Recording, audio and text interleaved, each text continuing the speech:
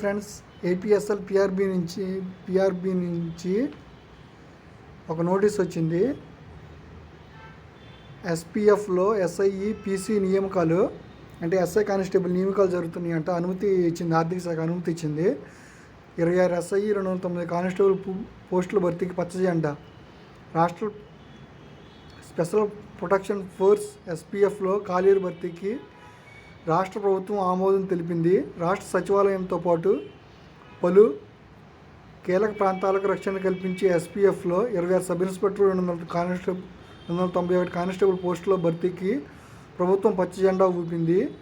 అయితే ఈ పోస్టుల భర్తీకి 2026-27లో 10 మంది ఎస్ఐలు, 125 మంది కానిస్టేబుళ్ళు, ఆ తర్వాత 2027-28లో 9 మంది ఎస్ఐలు, 120 మంది కానిస్టేబుల్ నియామకానికి హోంశాఖ అనుమతి లభించింది. ఇదే ఫ్రెండ్స్ దాని ఇది government of Andhra Pradesh abstract official notification. ఇది గవర్నమెంట్ ఆఫ్ ఆంధ్రప్రదేశ్ నుంచి వచ్చింది.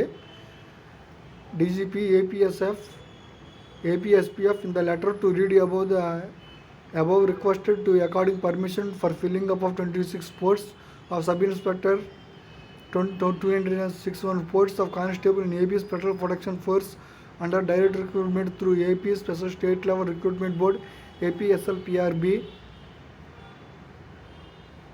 ఇదే ఫ్రెండ్స్, అక్కడ తెలుగులో ఇచ్చాడు, ఇక్కడ ఇంగ్లీష్లో ఇచ్చాడు. ఇది మెయిన్ నోటీసు. అదేవిధంగా ఇదే నోటీసు దీంట్లో కూడా వచ్చింది. వేటూ న్యూస్లో కూడా ఒక పోస్ట్ వచ్చింది. 264 పోలీసు ఉద్యోగాల భర్తీకి అనుమతి.